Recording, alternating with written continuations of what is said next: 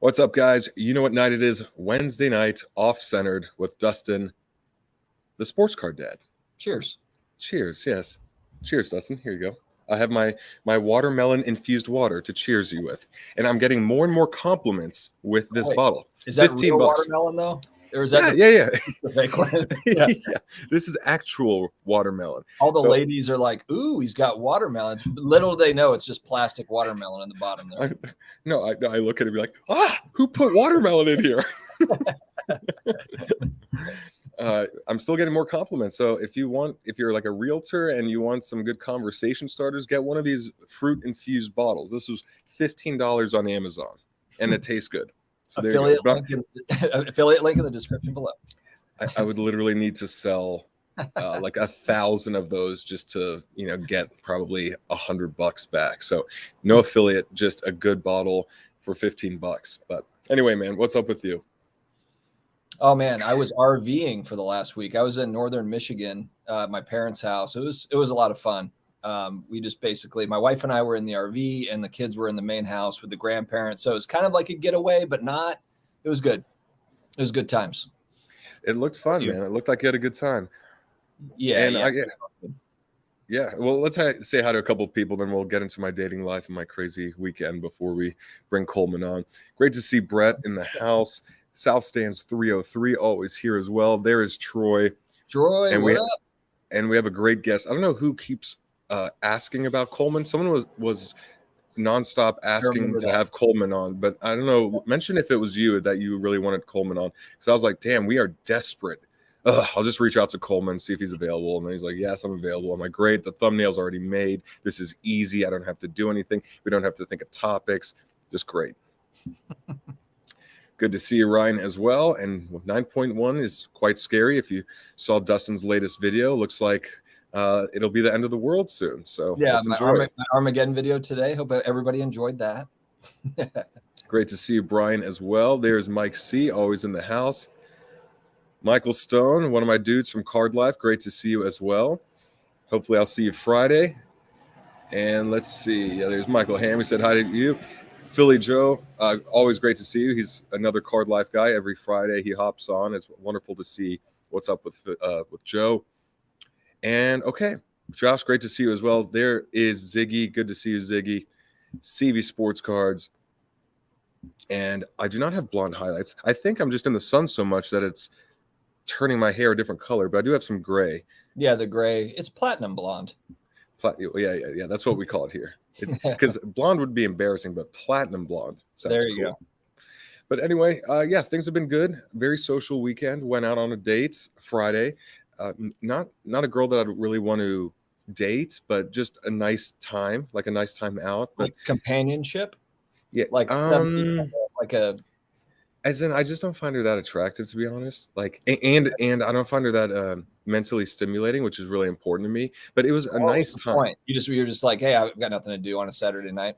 Well, it was a Friday, and Friday I usually do one chill night, one go out night. I want to do one go out night where I feel like I missed out on the weekend. And remember, I'm single. I live in LA, so it's important that I go out. Plus, I've had 2 years bottled up without any real social encounters. So after COVID and everything opened, I really want to compensate for that. And I just said, hey, do you want to go out for a drink? And one drink led to 3, and it was a pretty late night, and it was good. But when I was there, this is how when I was there was another girl at the bar that I couldn't keep my eyes off of. And it wasn't that I wanted it to be that way. It was just, you're not with the right person when there's someone else in the bar that you're. Yeah. And so I knew, I was like, and then she probably was kind of upset when you left her the tab. No, not at all. Because I just ran. I just left. Oh, look. And then she turns around and you're gone. She didn't even think of the tab because she was like, where did Brad go? So anyway, I think the bartender was upset, but just kidding, guys. Brad and Chad. Well, I don't know. Are you Chad, or is that Brad the Chad? Do you have kind of a core group of guys that you're out with, like 3, 4, 5, grouping that you can work with out there, work in LA, or is it just you and one buddy, or solo? How do you do it? So what's nice is recently I've had a couple different friend groups pop up, which is cool because I didn't have that over COVID. I had pretty much one friend group and everyone through these few people, and then now through different areas, I'm having a couple different friend groups, and it's fun to introduce them to one another. So now it's cool to have a couple different invites, a party here, a bar invite there, or whatever. So I'm kind of just milking it up, enjoying it, and yeah, we'll see what happens. No females that are interested in cards that I've found out in West Hollywood, but then she's not the one. That's right? It. Yeah. So I must keep searching. Keep searching. Samir, I did not know this. Samir is jacked. You could kind of see it in his suit, but I saw a picture that he shared on Card Life. He's like a bodybuilder. Those 24-inch buys are like coming through that suit. I see it. I see it. The seam is about to pop off. All right, let's bring on our guest. Great to see AJ from Japan in the house as well. And yeah, that's right. I think he's moving back to California, so that'll be really cool to have you back in the US, and hopefully we'll be able to meet up soon. I appreciate you, Brett. All right, Coleman. And heads up, if you guys have not seen Coleman since the last time we had him on, when he had this beautiful long hippie hair, this is going to be a bit startling because right now he looks like a UFC fighter that's lost the last 5 fights. But anyway, that's a nice intro for Coleman. Yeah, I'm sure he's like, great. Hey, what's going on, y'all? What's up? How's everything with you, man? Fantastic, man. Fantastic. Just seeing where I can fit in as everyone's token objects of desperation, So that's it, man. Yeah, you're like, hey, when we're desperate, just call Coleman. It's like just better call Coleman. That happens a lot, man, for me. So I'm very used to it, dude. Look, I called everyone. I mean, everyone in the hobby that I've even heard of or someone referred to me. No one was available tonight. I was like, well, what about Coleman? And Brad's like, I don't know, man. We're not. I mean, keep going, keep asking. Did you go through the list of 150 people I sent you? I was just waiting in the wings, biding my time, knowing eventually that list is gonna run out. You called everyone on the list to say, don't go on the show. It's horrible. Don't go on the show. Don't go on the show. It's weird. When we called, everyone had the exact same canned answer. Like, it's so crazy. Yep. And then I called Coleman before the first rig. Hey, what's up, man? No, it's been too long since I've done a guest appearance on a show, so my Q rating is going down, so I need to jump on one. So this worked out perfect. Good. And yeah, we have the questions rolling in already. Obviously, Coleman has been one of the most requested guests and most popular guests we've had over the last couple of months, and really the last couple of year and a half. So really nice to have you back. Before we get into the questions, though, the hair. You had beautiful, long, hippie hair. I like to make fun of you because of it. Now I have to make fun of you in other ways, testing my creativity. What was the reason why you chopped off the hair? I chopped off the hair. When did I do that? Like August of last year. And it was pretty long. I had just come back from a bachelor party in Mexico, and I had just, been swimming in the ocean and stuff, and it was just kind of getting annoying and everything. And to be honest, I got a receding hairline going too.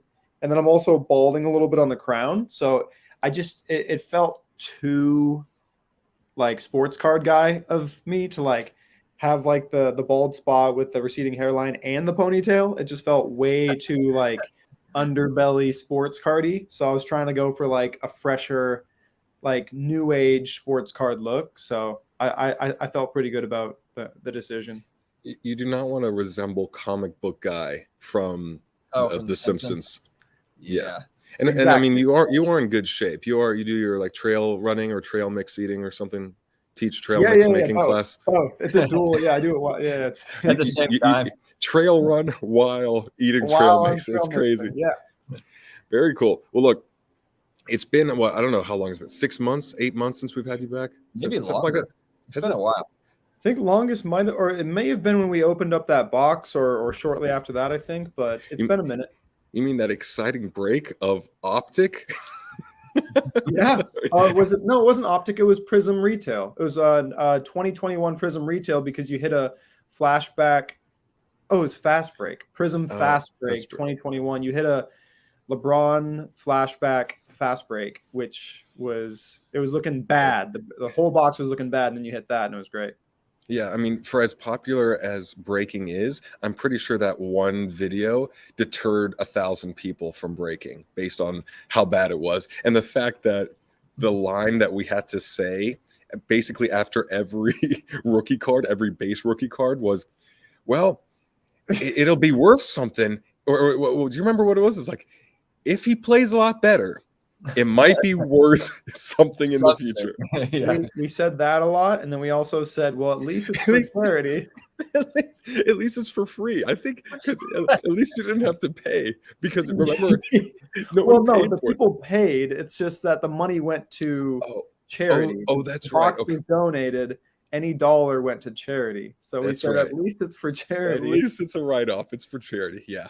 That's bad though. When you repeat that over and over again, you know it's not a good break. And now we also see why people don't really break lower end products on YouTube or something like that. It's like, hey, it's alive on Instagram, but it doesn't really get recorded until that little snippet where someone pulls a logo man or something really incredible, and then it gets shared Frankly, 500,000 times. I would like to see more meltdowns. More of like just flipping out, like spent, $200 on Absolute or whatever it is, and then just like, just losing control, stuff like that, like the other end of breaks. Absolutely. I think that'd be great content. That's missing. I would watch We need those. more of it. So tell us, fill us in the last, let's say, 6 to 8 months. What's been your life personally, and then we'll go into the card scene. Oh, okay. So, well, personally, I met a couple of buddies over the last 6 to 8 months. In one of my friend groups that work out a lot. And they live in a house. Well, it's kind of a house, like a townhouse that's in Silver Lake, and they have a tennis court, an outdoor tennis court out back, and they got a basketball hoop, and they got weight equipment and stuff like that. So I started working out with them, and so now I've just been doing that a lot, going out and just playing basketball and hooping and working out a lot like that. That's been probably the biggest thing that's happened to me over the last 6 to 8 months. And then I did that 75 hard challenge. I think I might have told you about. Yeah, that's probably the last time I was on. So it wasn't 6 or 8 months ago because we were talking about that challenge, I think. It was the Card Life Collector of the Week. I remember that's when we spoke last on that. But on this show, it's been probably something like 8 months. Oh, right. Okay, yeah. So yeah, just been doing that.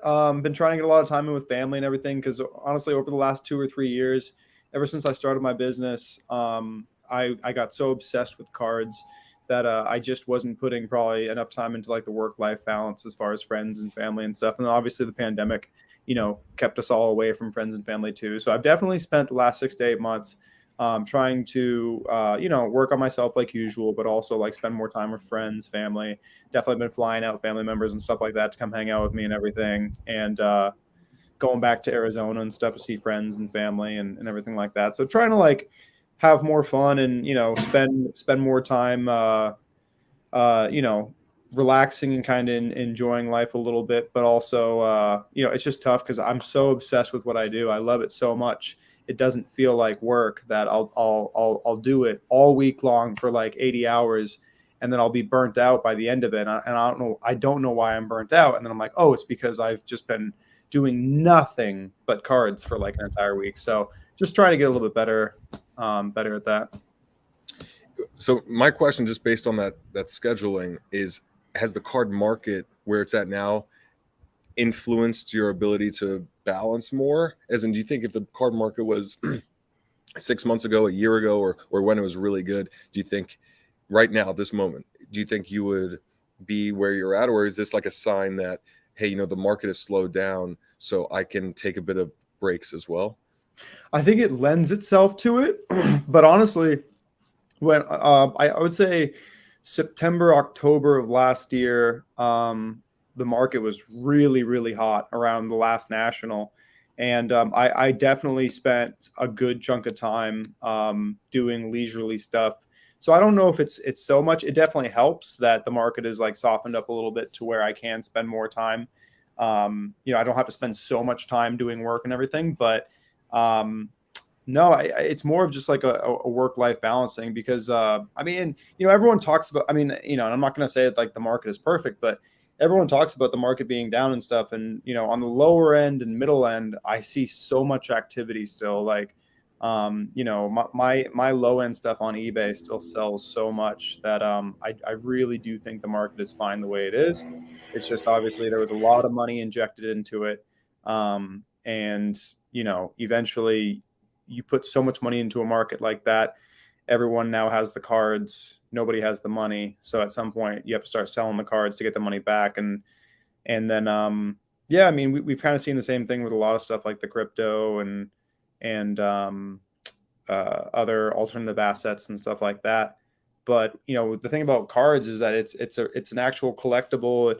Well before the boom of the market in late 2019, early 2020, this was a market where there was still tons of activity, tons of crazy record prices. It just wasn't anywhere near what it's worth now. And then even when you compare what the market is now compared to 3 years ago, a lot of the stuff is still up 5x, 6x. I mean, you look at like LeBron Topps Chrome PSA 10, it's still a $7,000-$8,000 card, where 3 years ago that was a $1,200 card, and it had just jumped from like 900 to 1,200, which everybody thought was crazy. So, you know, it's just, you know, when things get up that high and everything, and then they crash down so much, it is a little bit, you know, overwhelming, especially with some of these people that did unfortunately buy at the wrong time and buy at really high prices and stuff. And then they've really seen some stuff come down. But one thing that helps me out is I do hold certain things. There's a lot of things that I hold, and some of those have taken a hit,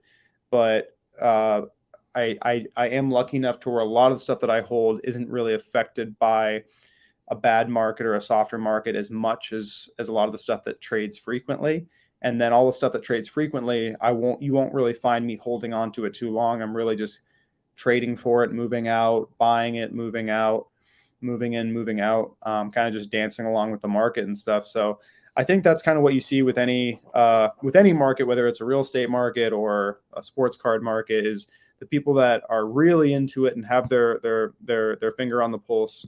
They're, you know, they do well enough in the market because they're playing the market the entire way. So yeah, if that answers any of it. What are you doing differently, Coleman? I mean, I remember actually the first time I saw you, this is kind of wild. I was just thinking about it while you were talking. The first time I think I ever saw you was on Cardboard Chronicles. You interviewed with Josh, and this was maybe like 2018 or 19. This was a while ago.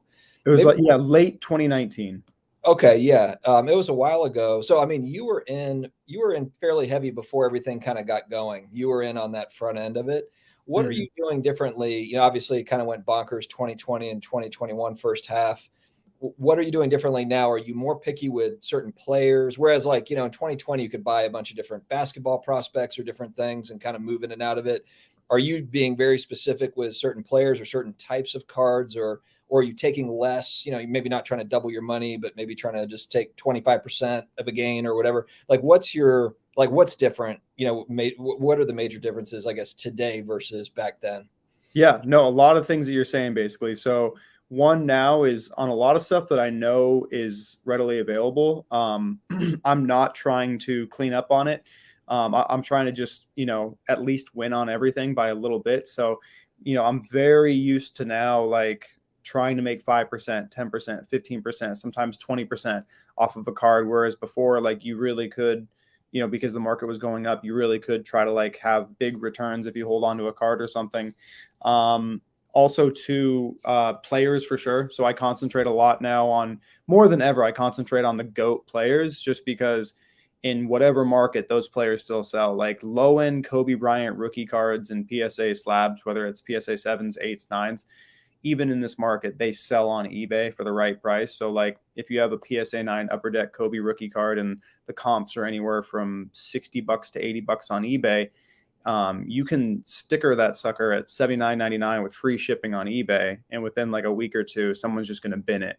And you're going to get basically the top end of the comp, just because those types of things move. So, you know, it's pretty easy to see that, understand that, know that if you're buying the right guys like Kobe, MJ, LeBron, Tom Brady, Mike Trout, and you can kind of like use the average of those comps to kind of be a sticking point, or the lower side of those comps to be a sticking point when you're trying to acquire the cards, and then on the back end try to move them towards the top of the spectrum there. I mean, you can make your 5, 10, 15% on cards and just keep doing that, and it's compound interest. It just adds up over time, and you can do well doing that. So that's definitely something. But also, I mean, the thing that I'm always trying to do in markets like this is I'm just trying to hit singles every single day. I'm trying to just make 5% there, make 10% there, find someone who's very motivated to sell a highly liquid card and come in around 75, 80 cents and grab it. I'm helping them out. They need the money, and then turn around and then give a good deal on it. 90 cents, 95 cents. So someone feels like they're getting a good deal, and I'm making points on it there. And then, trying to hit singles and get on base. And then, every once in a while, a fastball comes down, you try to hit a home run, like by finding a rare card that does not sell, and someone does not know how to price it, but you have the skill set of how to look up similar players, similar years of this rare card, and figure out exactly, almost to a T, what is it worth. And then you can pounce on an opportunity when someone's willing to sell it, but they have no idea what it's worth, and they're way under what the card is probably worth. That's happened a couple of times, in the last couple of months. And, it's nobody knows what it's worth. You have a really good idea what it's worth. And so you don't feel bad, like, buying it, because at the same time you're taking a risk. You don't know for sure, but you're getting into it for a great price. And then you're making the 50%, 80%, 100% on your investment, by selling it quickly. So, it's in markets like this, it's just about making your small returns, being very picky when you're going to put out cash, like on big things, because you don't want to buy something and get stuck on it. You don't want to buy something and have it go down. So yeah, just trying to constantly develop my skill set as far as selling low end, and then purchasing, figuring out where is the best time to spend my money, because every single day there is somebody that's willing to give a good deal on a card. But it's about figuring out and knowing the difference between a good deal and a great deal for like a great card. And, that's the same thing with the used car market. Something that I learned in the used car market recently, because my brother knows cars really well. I was trying to buy a new car because my car went out on me, and I was like trying to buy this Toyota Corolla, and I'm like willing to pay towards the top end of the market for it. And my brother's like, "What are you doing, man? There's one of those every single day. Like, that's not a rare car. Like, there's a million of them. Yes, it's got low miles and it's a good one, but like, there's always going to be another one of those. You can wait around and wait for the right deal on that car."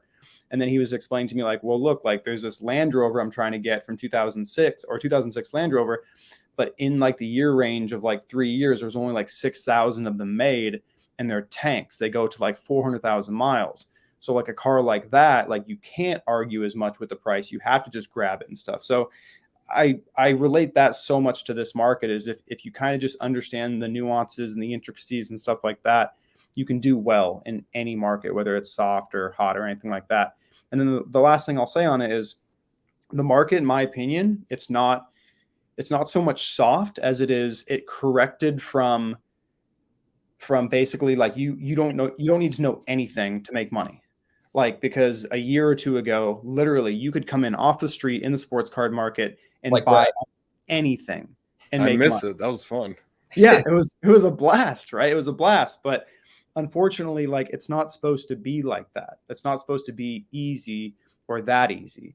It's just like any market. It's supposed to reward those who study it and understand it, and who are really good at it, as opposed to just anybody can make money, because that's just not how it's supposed to be. So I would say, if anything, it's just kind of gone back to how it used to be, even though there's still way more money in it.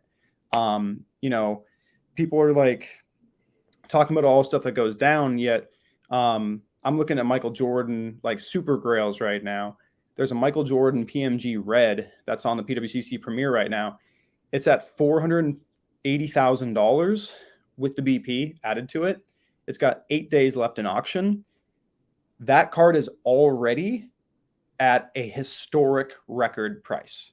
and it hasn't even, so it's got 8 days left in auction. It's already eclipsed the highest ever red sale. So, I mean, there are cards in this market that are doing just fine. It's just a different market. That's all. Absolutely. The chat's got some really good questions. Brad's going to come back in just one second. The only follow-up I had to that was just, we have a ton of different selling platforms now between alt and eBay, and we've got, all sorts of different things, ComC, et cetera.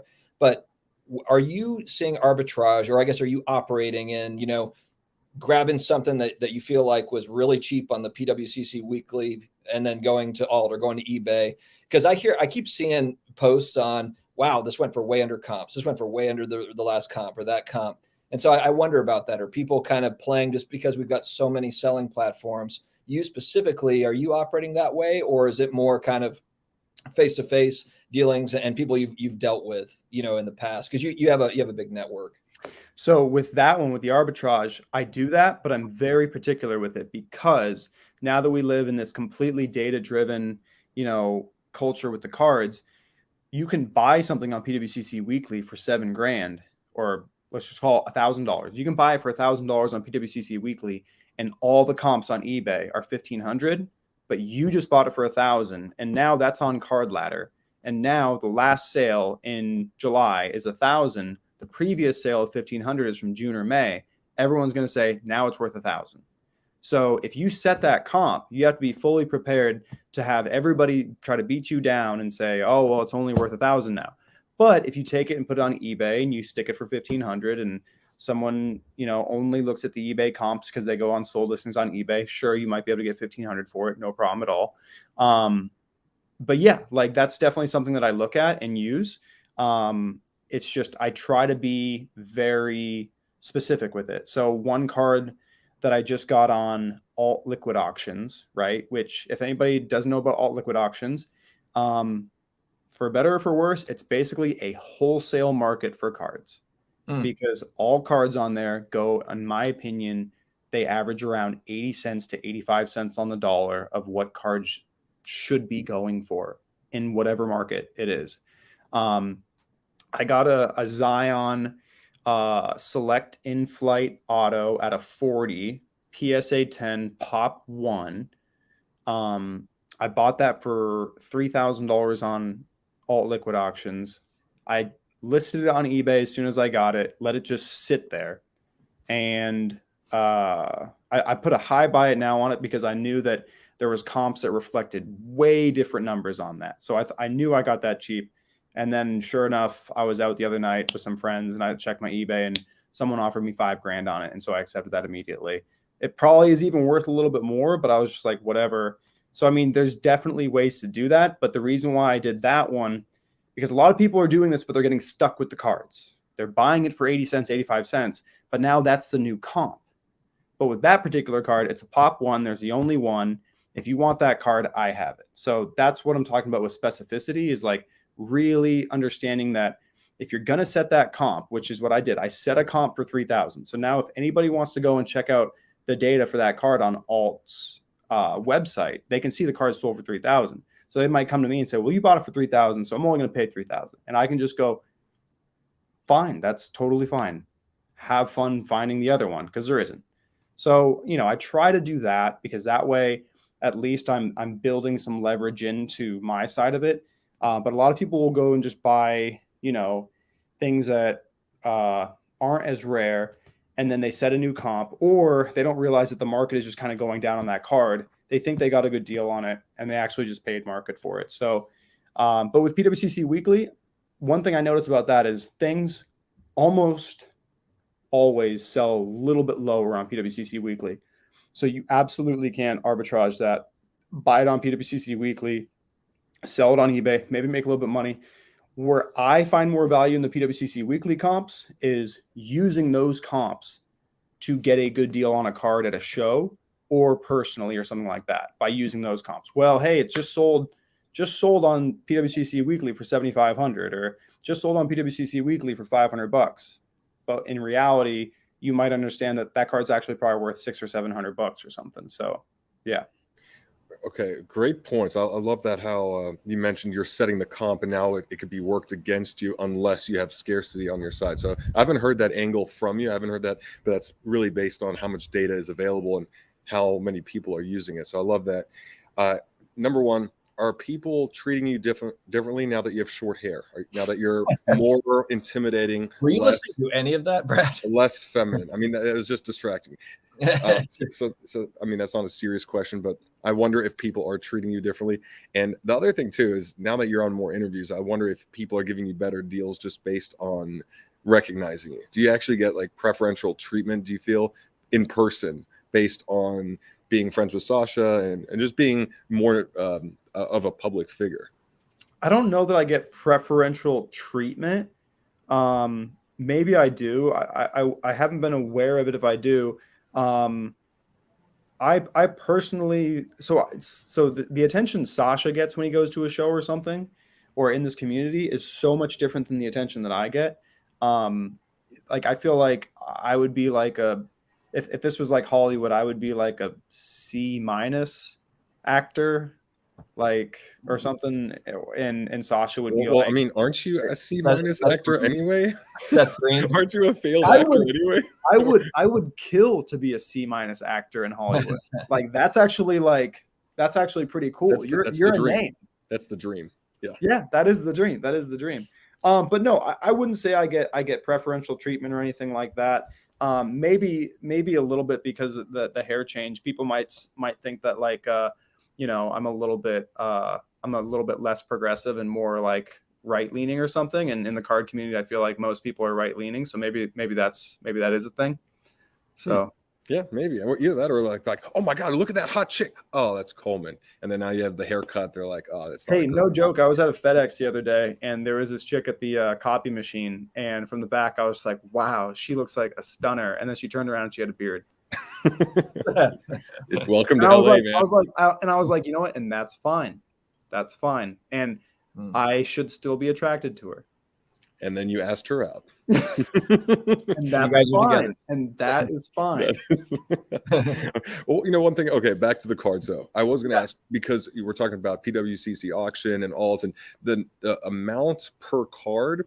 I think there's a big, like you have lower tier, middle tier, and then super high end. I feel like super high end, it's super scarce. You're going to have the billionaire collectors. You're going to have fractionalized companies, and it's almost like a different playing field when you're talking about cards that are just in the stratosphere, where if money's no object to these people, or a fractionalized company just sees another way they can make money off of it, it's a lot safer because you only need one person out there to find value in it, while the middle tier and the lower end, but especially the lower end, like a $300 card, you sell that for a 10% profit. That's what, $30 minus eBay fees. Or is it really worth your time? $30 profit, but perhaps, if you're going to a card show. So I feel like, do you know what I mean? Like, are the rules a bit different when you're talking about lower end cards in terms of like arbitrage, selling at shows, buying at shows, things like that, versus cards that are in that 8,000 to 20,000 range, or 5,000 to 20,000 range? Absolutely. So with the lower end, well, in my opinion, $300 isn't that low end, but it's let's call that middle end. But even at $100, so let's consider low end like $100 card or something. At $100 at a show, if someone is motivated to sell it, they'll probably take $80 for it. And then if you sell that on eBay after fees, you're going to get 87 cents on the dollar. And if you charge shipping, then that's covered. So you get 87. So you make $7, which is almost 10% margin right there. And it only took you an hour of time. Well, I mean, look, like, you do that enough times, and you'll make a solid $7 an hour. Well, and here's the thing that I was talking about This is too. exactly why Brad's not currently in the market anymore. He can't get 800% every week. Well, no, there is a point where the type of work, I hate listing. I hate pictures, listing, shipping. That's been my Achilles heel, because there'll be a window of opportunity where a player gets injured or whatever, and I'll be like, yeah, I'll do it later. And then there's 4 hours or 6 hours to actually list your cards on eBay when there are more buyers than current sellers. And then I just got this image of you knowing that you're in a 4-hour window and you just sitting on the couch like, I've got to get this listed. And then 4 hours goes by and you're still on Tinder. So what you're still but I'm like, it's such a nice day out.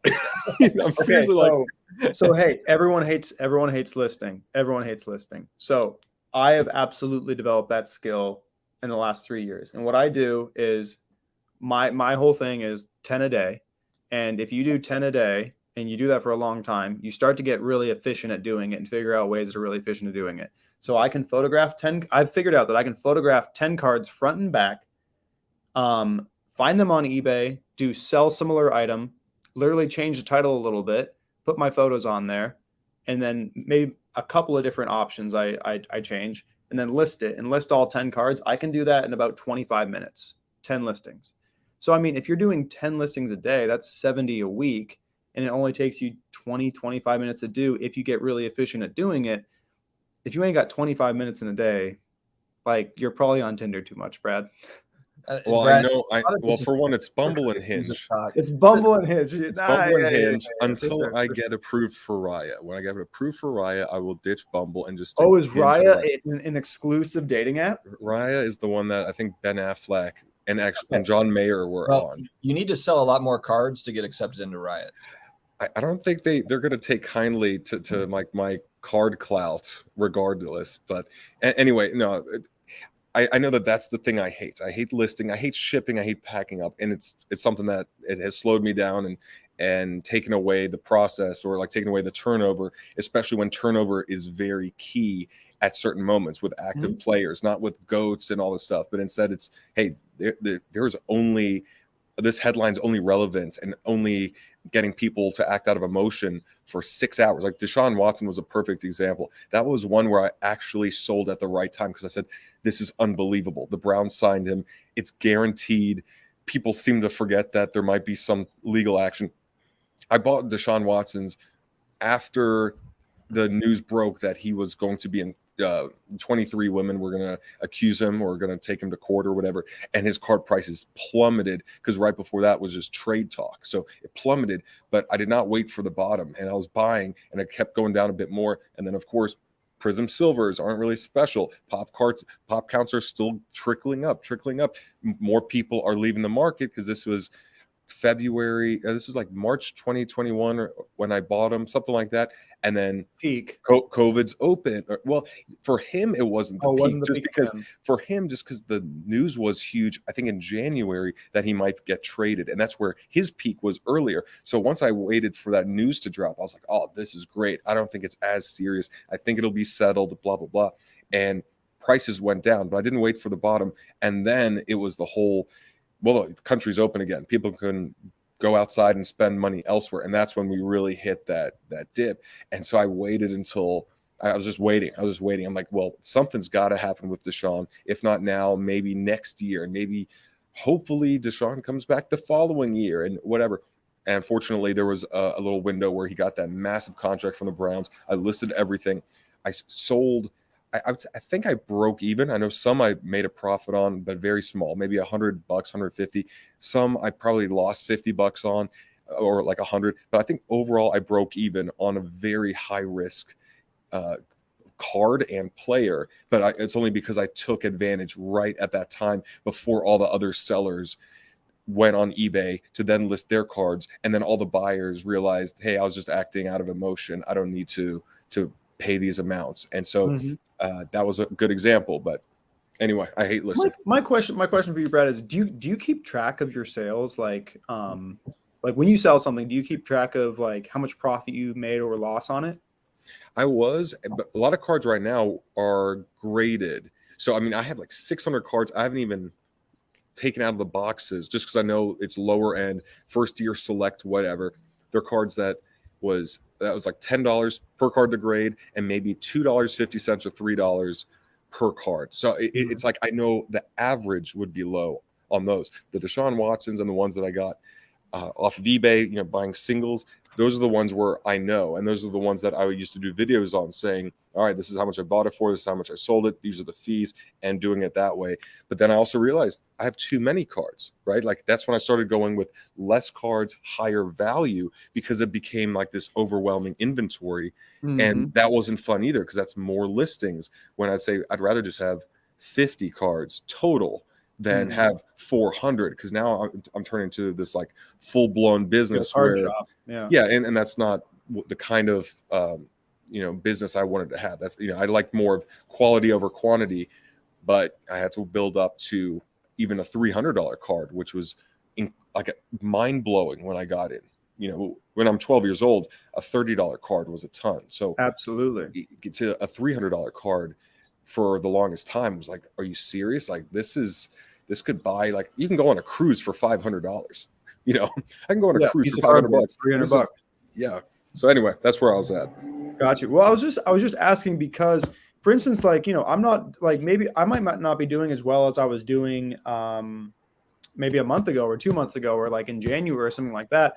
But I keep track of how well I do in my sales. Really, I really document and log everything in a way that, like, I might look at this month and say, wow, I feel like I'm not doing that well. But then I look back at the other months and I see how well I was doing, and I'm like, oh, okay, well, it kind of balances everything out. It really balances everything out. And I'm just playing the market, and it might just be a bad, a couple of months and stuff. And I've been doing that for 3 years now, to where I can literally look back at like July of last year and be like, oh, like I didn't have a good July last year. But then like 3 months before I was doing great. And then a couple months after I was doing great again. So sometimes that gives me the confidence too, to just realize, like, if you just keep plugging away and, doing what works for you and stuff, that, you'll be all right and stuff. But you get back in the game, Brad. Just liquidate those 600 cards, take the money, and just like start over again. Prices are low on a lot of stuff, man. So what's interesting is, all right, so we talked a bit before about the big reason why I've been hesitant to get back, like buying again. And it's something some of the guys in Card Life know about, that I've revealed, and then Dustin, you know about, and then Coleman, you recently know about. But basically, my life savings got invested back in right when COVID was announced and the market crashed. This was March 2020. Me and my ex invested together, and this was almost 6 figures for me with her. She matched it, and we invested. She had her account in Germany. She had her broker's license and whatever, her securities license back there. It was supposed to be an 8-week investment.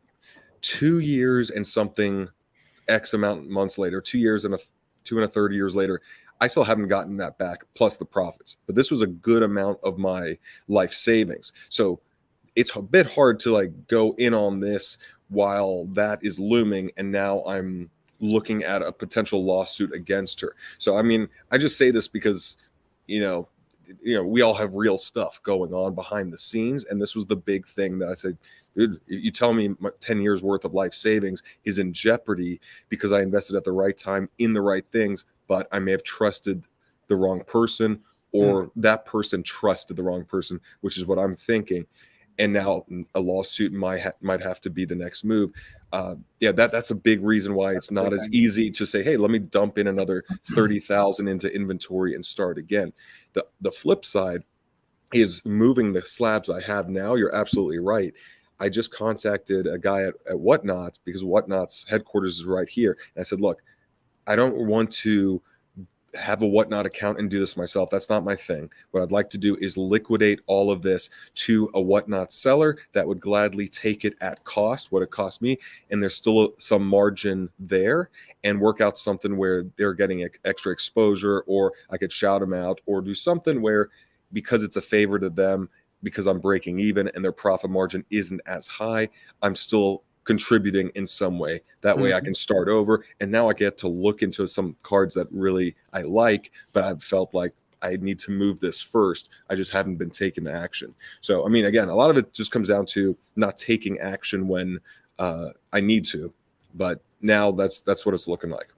Yeah. So well, I know you have enough of a skill set that you've developed over the last couple of years to where, I mean, even if you didn't have, you might not have your full, nut or whatever to put back into the cards, but you could, ladies, I have my full nut. I got 2 of them. if there's anything I've learned, dude, is like if you have the skill set, it doesn't matter if you're at 0. You can always build it back up. It just might take a little time, and it might be slower than you want it to be, but you can definitely do that. So, but it sounds like, just like you're saying, it's just you need to take that action with what you got right now. Yeah, absolutely. So let's transition a bit to the National, because I know that's coming up. I know you have the Dallas Card Show this weekend, correct? Before I forget this, so answer that, Coleman, but I want to throw this out because I'm going to forget. I'm in the market for a Silver Prism Luka rookie PSA 10. It's not an uncommon card. I know you're a Luka guy. So between now and the National, Dallas, whatever, if you happen to pick up a PSA 10, keep me in mind. I'm a buyer at 1,500 on that card. I will see what I can find out there and let you know. I think it's a good time to try to grab that, because what I've seen the last couple weeks, they're selling for like 1,900 to like 1,800 to 2,000 on eBay. So 1,500. I feel like I'm in the game. I'm in the game. Yeah, and they've sustained that too. They got all the way up. They went down from 6K, and I was wondering where are they going to stop, and it seems like they've kind of like chilled out at like they're holding. Yeah, they're holding. Yep. So along the same lines, though, because you said the liquid cards you get in and out of quite quickly, right? As in, if it's more like a Prism Silver, if it's something where there's a couple hundred of, maybe a couple thousand of in that grade, you're very quick to turn it over. Is that correct? Well, so a Luka Prism Silver 10 is actually, it's very liquid, but there's a lot of them. There's 2,000 of them. So very readily available, but also very, very liquid. So, if I'm trading a card that's maybe not as liquid, but someone has a Luka Silver 10, I'll be like, yep, let me have that all day. Because even if we call it 18, 19 trade value, I can probably get 80, 90 cents on the dollar cash for that. And that's going to be a lot easier than, maybe moving what I had or something. So, yeah. So, okay, what's your turnover timeline on something like that? Let's say it's Luka. Let's just say that same exact card, middle of the year, Mavs are just a few games above 500 versus right now Luka. Is it, hey, I'm looking to get rid of this ASAP because in the regular season anything can happen, or I don't want to hold on longer than I have to, and then off season, would you say I want to hold on a bit longer, maybe wait till basketball season, or I would rather have the cash and roll it over? Like, what would be your turnover, your mindset with the liquid cards in terms of how quick the turnover versus the rare stuff, how long you would hold off? So the Lucas. So for instance, like a Luka Silver 10, as soon as I get that, I'm going to try to win on it. So if I bought it for 1,500, I'm just going to try and like give somebody a deal at 1,700, make a couple bucks off of it, and just keep rolling. Because with that type of stuff, I'm just like compound interest. Make a win, use the money again, play it again, and let someone else buy it for a deal, and then hold on to it before the season because they want to buy it like before, for that season going up thing. But then like rarer Lukas, like I do have a Luka Prism Blue at a 199 PSA 9 that I picked up in a trade. I have a number on it that What do those run? I'm interested in that one as well, but I might have to. Yeah. Anyway, sell the house. Yeah. Go offline. But what is that? So one just sold on eBay for 10,700, and then on Alt one sold for 8,650. So kind of right in line with my wholesale marketplace statement, about 85 cents on the dollar. About. I've been offered 9 and 10 for it. I might have to talk to my wife about that one. Yeah, you might have to, or maybe don't talk to your wife about it. No, yeah. Next week I'm in a different place. I'm in a shelter. I'm living in a shelter now. Dude, the views and comments on that video would be so epic, though. The Google AdSense from the ads would pay for the card. I've just got a blanket on the street with my Luka 9, my blue 9. That's the thumbnail. Well, again, too, like if whoever bought that for 8,650 on Alt is I already saw it. They already immediately listed it on eBay for like 12.7 or something like that. And I don't think it's going to get binned for 12.7, but my whole thing is I have a number on it. Right now, the number is 11. If someone gave me 11, I'd sell it right now because I got into it for a good number. But I have no problem holding that going into the season because I know that's going to get a little, at some point I'll probably get what I want, or I'll sell it for a little bit under, but I'll do fine. Whereas the Silver 10, like they're readily available. They're all over the place. I'm just going to try and win on it real quick. If I have to hold it a little bit, that's fine. I think that one is sustained, but I'd be a little bit more worried just because it sells so many times per week. So there's always going to be the volatility that it could go down more. whereas the blue is not going to sell as much. So I'm not as worried about that. So that's my personal way of kind of like philosophy on it, but everybody's different. A lot of people, they're not in it as much as me. So they just want to buy it and hold it before the season, because usually there's that preseason run up of the cards with the hype and stuff. So it just depends what your situation is and what you like to do. But on stuff that's more liquid or that's more readily available and liquid, I would say almost on anything, to be honest. My rule of thumb is usually if you can win on it, take your profit, move on to the next thing. Sometimes you'll get stuck on something, but that's fine. If you're proficient enough and you know enough, then you're going to do okay. And if you get stuck on something, just like we were saying with the Chinese proverb, like maybe you end up learning from that. You end up learning like, okay, maybe that was a wrong decision. Let me go this way now. Now let me do this. Let me do this. And you just keep learning and stuff. But while you're learning, if you keep flipping like that, you're making profit as you're making mistakes too. So, and sometimes you lose a little bit there, you lose a little bit here or there. But if you're winning 52% of the time or whatever, then you're going to end up making money anyway. So. You're on mute, buddy. You Was muted. that yeah, I realized it. Was that a subliminal plug for your support of China? That use of the proverb? I know, no, seriously, that's true though. Like, just have always with the is the off-centered show? Is it off-centered left or off-centered right? I always forget. I never know. It's a mystery. So, okay. For one, I see so many great questions in here. I just want to ask about the national, and then maybe we do like a little rapid fire through the questions, and we'll get you to, if you're in the chat, to submit the questions again, just so we can go in order and get really quick answers from Coleman. But just because the national's coming up so soon, we can skip Dallas, whatever. You're always going to go to Dallas, but the national's the big show. For one, what do you expect of the national this year versus, let's say, prior years? And two, what is your game plan right now going in versus, let's just say, prior years? Okay, so what do I expect from the national? I expect that attendance might be down a little bit from last year, just because it's in Atlantic City. It's just a lousy place to have the show. Atlantic City has the boardwalk, but other than that, it's like pretty rough. Like it's a little crimey and stuff, So I expect that maybe some people don't want to go to Atlantic City. It's also on the East Coast as opposed to like a middle neutral meeting ground. It's also kind of annoying to get into. A lot of people have to fly into Philadelphia if you're on the West Coast and then take a shuttle there, which is like an hour away. So I could see there being a drop in attendance, and with it being like a slower market and everything. But I expect there to be a lot of cash moving around.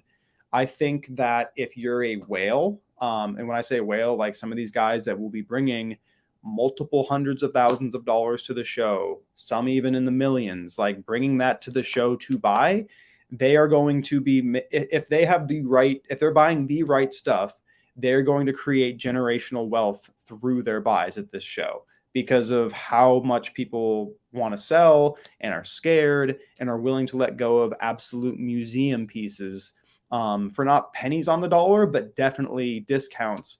And some of this stuff, even if they're selling it at the market, they would never normally sell it, but now they're scared and they want money and stuff. So I do expect there to be a lot of money flowing around. I just think the money is going to be way more selective and picky. But even still, I think we're going to see a lot of the same characteristics we see at other nationals. Quarterbacks being, or young quarterbacks and quarterbacks in general being very, very people buying a lot of those. I feel like we're also going to see a lot of football being moved into basketball, trying to even get ahead of the market on that. Because normally you'd see basketball or football being really hot at the national, which I still think it will be. But I think this market is just constantly trying to get smarter and smarter and smarter. So people are going to even jump on the basketball and stuff like that. So that's what I'm expecting. And then my game plan for the show is to pretty much just do that. Be picky with my buying. Try to trade illiquid things for more liquid things. Number one, have a lot of fun, because that's what this is, a hobby. Have fun with it, and meet and hang out with a lot of cool friends and stuff like that. Hopefully make some sales. That's about it. Awesome. Well, I think because it's about an hour now, I want to go through some of the questions you guys had in the chat. So if you have a question for Coleman, it's going to be a pretty quick answer just so we can get through a lot of them. But please put in the chat right now. I see one from Bruce to Green. We'll start in order, just from Judson. The National ever come to LA? I don't think so, but it'd be cool. What do you think? I think it could. I just don't see it any time in the foreseeable future. I mean, in 2006 was the last time it was in LA. It was in Anaheim. It wasn't LA, but it was in Anaheim, which is Southern California, in 2006. So I think it could come back here, but probably not anytime soon. I think we're going to see Chicago a lot over the next 10 years. Vegas would have been. I think Vegas is a good compromise on the West Vegas Coast. would be great because Mint was great, but Vegas is just a great city for anyone to want to come to. Bruce to Green, best buy low player in all of sports right now. Probably James Harden or Kyrie, because if Kyrie goes to the Lakers and everyone is so done with James Harden, but Philadelphia made so many great offseason moves.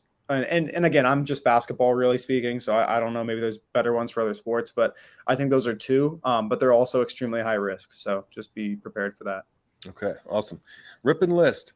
Is this live? What do you think, Coleman? I think it's live. We will see. Depends if you're watching tomorrow. Wait, we haven't been live the whole time. We've just been backstage. Oh crap! I didn't press the button. Okay. Let's see. Okay, is this just a comment about me? How Brad chooses women is how you should buy cards. Be picky. I appeal scarcity. No noticeable service. Dude, I mean, spot on. Spot on. It's all about aesthetics. Thoughts on Devin Booker? I think Devin Booker, I mean, I'm very biased. I'm a Suns fan, but I think Devin Booker is a good buy. I think he's the man in Phoenix. I think that team's going to be pretty good for the years to come. I think he's a great player who's going to continue to get better because he has the right mentality. And I think that the entire hobby kind of looks at him right now as the Suns are done because they got knocked out by the Mavericks, even though they had a great season. And so I think he's a sneaky buy, but I think there's better buys out there for sure. Awesome. And I think there were several up at the top. So do you ever wake up and say, I can't believe how much money I'm making for cardboard? Yeah, pretty much every day. But again, you quickly learn that in the grand scope of things, no matter how much I ever make in my life, it's just like pennies compared to some of the obscene wealth that's out there and stuff. But yeah, I'm very grateful and fortunate that I get to, do what I absolutely love and am obsessed with and actually get paid to do it. So yeah. Do you think it'll ever be in Boston National? I don't think so, but I really have no intel of any of that. And best-selling platform? eBay, 100%. eBay. Awesome. Okay.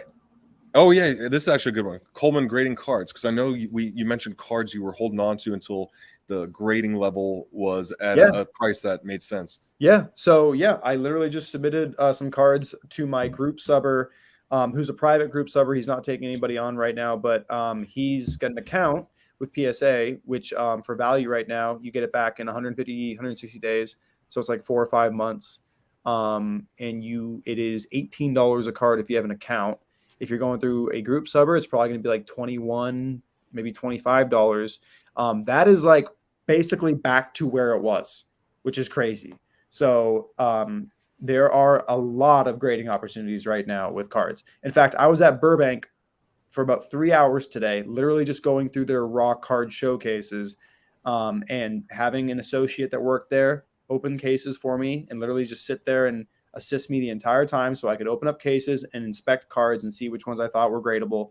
And then I was on my phone seeing what's a PSA 9 worth, what's a PSA 8 worth, what's a PSA 10 worth, and then buying raw cards to submit for a grading order.